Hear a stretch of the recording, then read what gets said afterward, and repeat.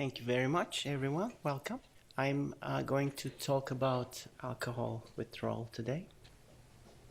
My goal is to give you a clear working knowledge of alcohol withdrawal. I will focus on pathophysiology, and I will focus on symptomatology and standard of care management. And I hope to make you familiar with the standard of care and some novel protocols and ideas on alcohol withdrawal management that we use today in 30 minutes. So I have 3 questions for you today. So primary neurobiological mechanism in various brain regions presumed to be responsible for alcohol withdrawal syndrome symptom cascade is, okay. Conventional treatments for alcohol withdrawal syndrome would primarily attempt to correct, okay. Benzodiazepines have been the current gold standard in the treatment of severe alcohol withdrawal syndrome because, okay.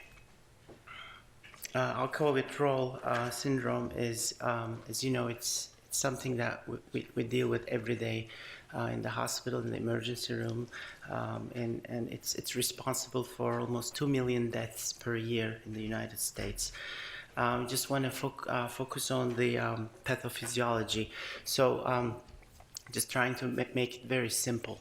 So acute alcohol intake inhibits the glutamate transmission in the brain. So glutamate is responsible for primarily for the excitability of the brain. So it's just the opposite of GABA, which is responsible for the inhibition.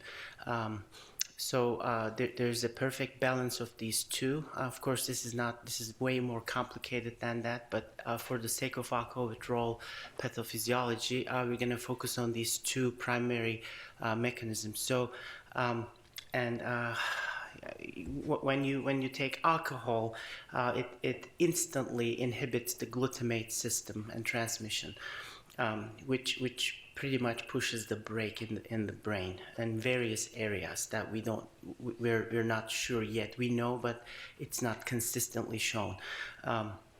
And this is, of course, alcohol is a GABAergic drug, so this will replicate a GABAergic drug, which will agonize GABA A receptors, and in turn, which will increase GABAergic transmission.